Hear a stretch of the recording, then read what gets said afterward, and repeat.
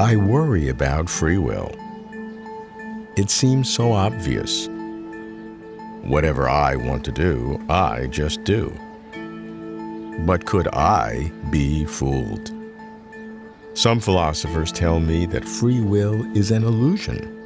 Others that there's a hidden mystery in free will. So I sit by myself and muse. What makes free will actually free?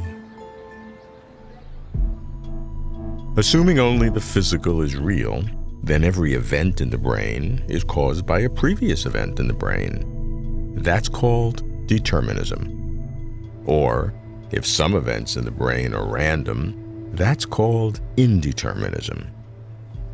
Determinism, indeterminism, how does either make my will free? Do I have free will? I'm Robert Lawrence Kuhn, and Closer to Truth is my journey to find out.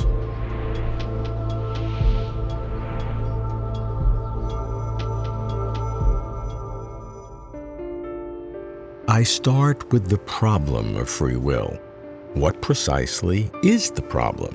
Why is it so intractable, so maddening? I visit a philosopher of mind known for his sense of science, Ned Block, and I ask him to analyze the problem of free will. I think the concept of free will is confused. The reason it's confused is that free will on the usual concept is incompatible with determinism, and it's also incompatible with indeterminism. So why is it incompatible with determinism? Well, for reasons that are pretty familiar to people. If an earlier state of your body determines what you're going to do now, how can it be free? Indeterminism, though, is just as bad, because if you do something by chance, that doesn't mean it's done by you freely. So it looks like both indeterminism and determinism are incompatible with free will, which shows there's something wrong with the concept. Now, often, when we see something is wrong with a concept, we have a choice of chucking it and saying there isn't any such thing as free will, or accepting a kind of reduced form of it and saying, yes, there is free will, but it isn't exactly what you thought it was. So I guess in the latter mode, we could say, sure, there's free will, and it's completely compatible with determinism.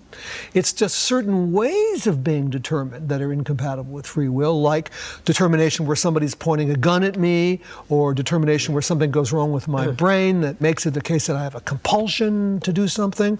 So those are the cases where there's no free will, but in an ordinary case where there's no compulsion, no gun, you do have free will. Because you're defining free will in a diminished way. That's right. Let's now look at free will in the context of brain science. And the brain has all of these enormously complicated processes, but they're all physical, and they are determined by preceding physical events. Yeah. One result that has made people feel that brain science shows that free will, we don't have it, is that every decision a person makes, every conscious decision, has an unconscious prior part that can be detected using current instrumentation. So I think we just have to accept the idea that any conscious act or any conscious anything is going to be a part of a larger event which has an unconscious part. And that doesn't, of course, show that the conscious part doesn't do anything. It just shows that any conscious event is an event that occurs in time and has unconscious antecedent parts. Not something that worries me as far as my free will goes. But if you are defining consciousness in a purely physical manner, which you do, doesn't that ipso facto, by the same reasoning, make consciousness completely determined? Yes, I think consciousness is determined, but we still have free will in the only sense we can have free will, which is that our actions are not caused by compulsions or people pointing guns at us. That's what it is to have free will in the only way we can have it. Isn't that normally defined as compatibilism, by saying that you're diminishing your definition of free will to be compatible with an absolute determinism which you're not willing to change? That's exactly right, but the alternative to that is to allow some intuitive notion notion of free will that not only doesn't exist, but can't exist because it's incompatible with both determinism and indeterminism. So if we're going to be reasonable about what free will is, we have to pick a coherent notion. The most obvious coherent notion is one in which we have free will. Ned accepts diminished free will in order to be consistent with, compatible with, a purely physical, deterministic world where every event is caused by a prior event. I'm not ready to make the concession. To me, only if I'm really free to make other decisions can my will really be free. Ned's a smart guy, but here, I hope he's wrong. Moreover, neither determinism nor indeterminism can cause free will. Free will, like flowing water, seems slipping through my fingers. Can I grasp it? Perhaps with the laws of physics, which fully determines all events, or injects indeterminism through the random probabilities of quantum mechanics? So to probe further, I must go after the laws of physics. I do so with Nobel laureate David Gross. David, does the deterministic laws of physics, or on the other hand, the probabilistic laws of quantum mechanics, do either one or both say anything to us about human free will? Quantum mechanics plays very little role here.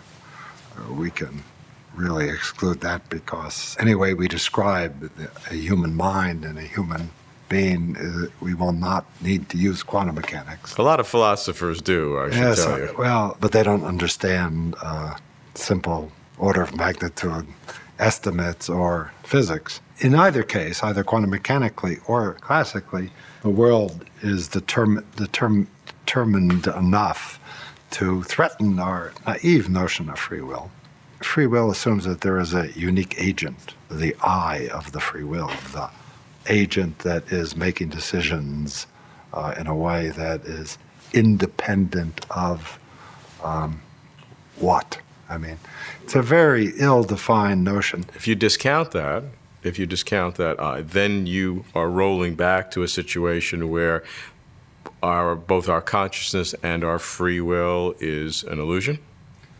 Consciousness, I think, more and more is being regarded as an illusion. Consciousness is definitely a phenomenon that exists, but our feeling of consciousness, or at least mine, is that somehow I am in control. Although, I sometimes wonder about that. I sometimes have a thought, I say something. In fact, in our conversation together, I've said a few things that I hadn't heard or consciously thought of before. They came out, and I'm a bit surprised as to where they came from. I don't think there is a central I somewhere in my head here who is in control of anything. It's much more complicated. There are many illusions that we have evolved to accept with passion or with very strong feelings because they're very useful in organizing our perception of the world around us and surviving. So they work, but they may not have any fundamental reality. Yes. Consciousness and illusion? Many scientists agree with David because the laws of physics construct a world that is fully determined. But what if the laws of physics are not so fundamental? One scientist looks to simple rules as undergirding the cosmos. Can simple rules generate free will? I asked the polymath physicist and entrepreneur, Stephen Wolfram. But one of the things that I'm curious about is when we know that a system ultimately has perhaps even quite simple underlying rules, what is it possible that one can go from perhaps quite simple underlying rules to behavior that is complex enough that one can imagine that behavior is free of those underlying rules? Well, one of the things that we've discovered is that if you look at all the possible simple rules that you might use to drive a system, so to speak, that many of those rules, in fact, don't lead to simple behavior. They lead to extremely elaborate and complex behavior. Behavior so complex that it's very hard to predict it. Essentially, the only way to find out what the system will do is just to follow each step and see what it does. In that sense, that's sort of a place where when you look at one of these systems, it appears to be behaving in a sense as if it has free will.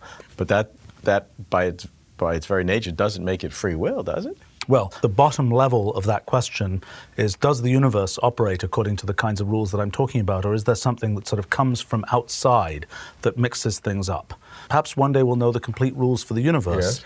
Yet it still can be the case that the behavior of the system, in effect, operates as if it is free of those rules, in the sense that there's sort of an irreducible distance between the underlying rules and the actual behavior of the system. But if you play that system over and over again, you will get Do exactly the same thing. And it would be impossible for it to do otherwise. That's correct. So that to me is not free will. Well, I think that may be the way that we work. I think that is the way we work. So if you attribute to us free will, then that has to be I'm free not will. attributing. I'm saying that's an open question. What we may be concluding is that the human sense of free will that we have is no different from what you're talking about in terms of the rules generating this kind of complexity, but they're both not free.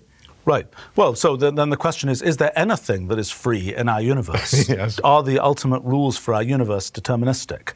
And if they are, then it could be the case that we would conclude, that if the deterministic rules were fairly simple, then it would have to be like, the old science fiction robots, and we'd never see anything that we would even imagine was free will. The more remarkable thing is that it is in fact possible for there to be rules, even quite simple rules, that are completely deterministic, yet sort of the behavior is complex enough that it has all of the properties that we would normally attribute to something that seems to be free of those underlying laws. To Stephen, simple rules are the deep structure of reality. And while they generate what to us seems like free will, it is not free will in the strong sense, because if circumstances were precisely the same, I could not make a different decision. Stephen wonders whether we need something coming from outside the system. Now, those who believe in God drive this in a different direction. They too have something coming from outside of the physical system, but their something is a soul or a spirit created by God. Believers should tread lightly. Wedging God into the free will debate may compound the problem, because the traditional God is supposed to know the future perfectly. How then free will? I put the challenge to Christian philosopher J.P. Moreland. JP, here's my problem. From a scientific point of view, there's no free will if you believe in materialism. And from a religious point of view, if you believe that God knows everything, including the future, there's no free will. So how do I get free will? Yeah, let's take these in order. First of all, if a scientist actually claims that he's driven to determinism by his theories, then he can't be rational in accepting his theories. Because the very rationality of accepting a scientific theory presupposes freedom. If everything I believe is determined by irrational atoms in motion, then my beliefs can't be accepted because I choose them on the basis of their rational credentials. And so the claim that all of my beliefs are determined by physical factors is self-refuting. When you turn to the theistic argument, just because God knows something ahead of time doesn't mean he actually determines it. I happen to know that if I were to offer my daughter a new car, she'd take it. But that doesn't mean that my knowledge of what she would freely do determines her to do it. She's still free to say yes or no to it, but I know she'd take the car. But you know it in a probabilistic sense, not a certain sense. She may decide not to take the car because I want to show Daddy that I've matured, and I'm not going to take the car. So you're making a prediction, not a certainty. Well, but just because an apple isn't a really good apple compared to a really, really good apple, that doesn't make it an orange. The category of knowing and the category of determining are apples and oranges. Your response that, well, God has a really, really perfect apple, you only have a probabilistic apple, doesn't get you to the conclusion that we have an orange. God knowing something, even if it's not probabilistic but perfect, doesn't cause what he knows to happen. As a matter of fact, it's the other way around. It's because we freely do things, that's the ground for God knowing them ahead of time. And so far from his knowledge determining our actions, it's our actions that determine God's foreknowledge. Human freedom is a reflection of the image of God. God has free creativity. We do too as his image bearers. I think free will is important for solving where evil came from and why we can be held morally accountable for our actions and our beliefs. And I think free will is awfully important in being a co-laborer with God and exploring the universe he made. Fine, JP, we shouldn't mix the apples of knowing the future with the oranges of determining the future. But once God knows something, that knowledge cannot be wrong. And if God knows what I will do before I actually do it, then I cannot in any way do otherwise. Some Christian philosophers reject souls. They believe that the person is all material, that no soul exists. Yet still they claim that the will is fully free. How? I ask Nancey Murphy, a philosopher and a minister.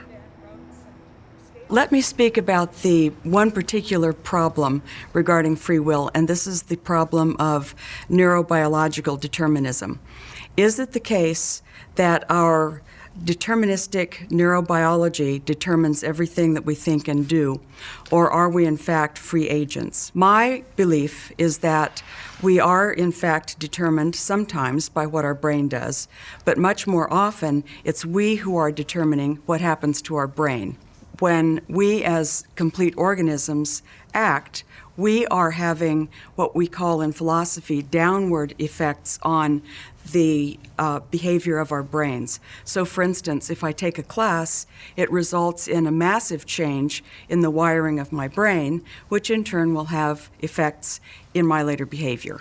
But since you do not believe there is anything non-physical associated with the brain in order to make a mind, isn't the we who affects the brain just the total of all the subtotals of what the brain is? Isn't it a kind of a vicious cycle? It's the total of the brain, but it's also the whole human person. We no longer think that the real me, the real I, is a soul inside here or a mind, but we still think that there's some little entity inside the brain that's making these decisions. But the Nancey Murphy who makes a decision and does something is this whole person. And when this whole person does something, she takes her brain along with her, and that has effects on the brain as it travels along on her escapades. But that whole person feeds up into the brain. Well, it's affected by top-down processing. It's affected by what you're expecting to see. And what you're expecting to see is affected by experiences you've had in the past, and those experiences are affected by what you've done in the past. And so there's this complex, dynamic interrelationship between what we would call bottom-up brain processes and top-down environmental processes. But then there's also the middle level, which is the whole you, which also has a causal role in there, which mediates which environmental processes are going to be permitted to have an effect, and which also can make some choices about which brain processes are going to be paid attention to, etc. But I still don't see how we're representing that middle state of the total you if it's not just the composite of all the different aspects of the brain. Well, you're simply taking the reductionist line. You're assuming that the parts unilaterally determine the behavior of the whole. And in one field after another, and for one reason after another, we're having to face the fact or celebrate the fact that in a complex system, the whole has reciprocal influence on its parts. Including causative. Yes. So the whole, which is just the composite of its parts, has a causative influence, downward influence on its parts. That's and right. that creates a unified sense of self, which is the real person. Well, the real person is the whole system. Sure. Now, why is it the case we've had this argument for centuries, perhaps, about nature versus nurture if we didn't believe that the environment could have a top-down effect on persons? But the environment would have an effect through the sensory organs and feeding into the Yeah, brain. that's been the old reductionist trick for years. I don't know if I've ever been accused of being a reductionist before, but I don't like the sound of it. You shouldn't. I suspected. I remain baffled, Nancey. How, in the absence of any non-physical component of mind, can the whole organism affect individual brain states in a top-down, non-deterministic way, when the whole organism is only the sum total of all the individual brain states? Free will has me whirling. Maybe free will doesn't matter. I ask the innovative radical thinker, Jaron Lanier. Let's suppose there is no free will. If we believe in it, we're fated to, and it's a harmless belief. If there is free will, and we disbelieve in it, we can talk ourselves out of our greatest treasure. We could simply choose to abandon it because we're free to do that. And what a shame that would be. So therefore, our best bet is to believe in it. I don't want to accept that argument. It's a lousy argument because it forces me into a way of thinking that may not be true. I don't want to be happy. I want to know truth. Truth, right. I hope it makes me happy, but at the bottom line, it doesn't matter. I'm not talking about what makes you happy. It might make you happy, but that's a side effect. What it does is it maximizes the potential to know truth. You see, of the two choices, one shuts off a potential truth, one doesn't. The interesting thing here is that I think actually our sense of happiness, your sense of happiness, the reason it might make you happy is precisely because you care about truth. When people disbelieve in free will, they act a little differently, in my experience. But those who disbelieve and change their action even the slightest bit disprove they disbelieve. Right. Yeah. I don't think it's even, how is it even possible to exist not believing in free will? I mean, I think even people who don't believe in free will act as if they do. Right. Well, you know, these things are mysterious. It comes back to another thing that I've been interested in, which is how the moment of now is different from other moments. Either we live in this deterministic universe without free will, and consciousness happens to place us in this moment, experiencing this moment. Illusory. Or there's no consciousness and there's something special about the moment, in which case it's a non-deterministic universe, perhaps with free will. The point is, when you try to get rid of dualism, when you try to get rid of this spooky thing, you end up in a shell game where it keeps on reappearing. Yeah. You can't ever quite get rid of it. What are you doing to develop that? Because understanding the issue of now may be very relevant in enriching our concept of free will. And some of these things you have to recognize that there isn't too much you can say. Either there's some spooky consciousness thing, which is like this recording head running over deterministic reality, selecting a now, or the universe is non-deterministic, and the reason the now is special is because the future is undetermined, and then that allows for free will. It's easy to get rid of either consciousness or free will or non-determinism, but if you really try to construct a view that deals with the whole shebang of weirdness at once, you can't ever quite do it. No, you can't do it. Does anything follow from that? I think healthy spirituality is finding some sort of pleasure, even glee, in coming across a question you can't answer. That makes me feel good, because I must be spiritual, because I'm always in that state.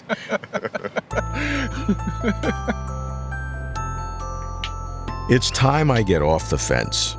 Here's my take on free will. If materialism is true, and the world is all and only physical, our actions are either determined or random, and either way, we do not have free will. Some say that top-down causation, the whole person, can shake us free of rigid determinism. I'm not convinced.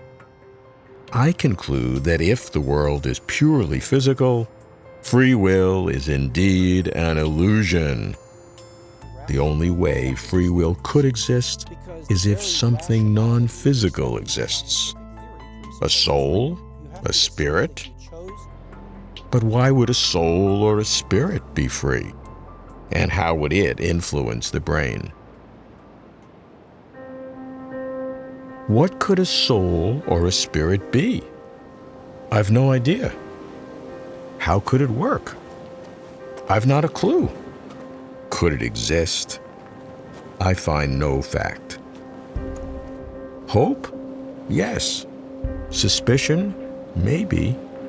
Evidence? No. Adrift in this endless sea of the foam of free will, I grasp the rudder of Jaron's kind of healthy spirituality.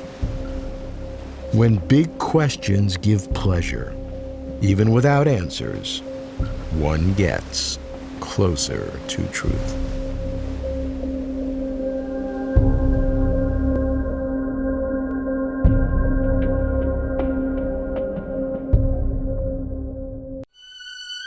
For complete interviews and for further information, please visit closertotruth.com.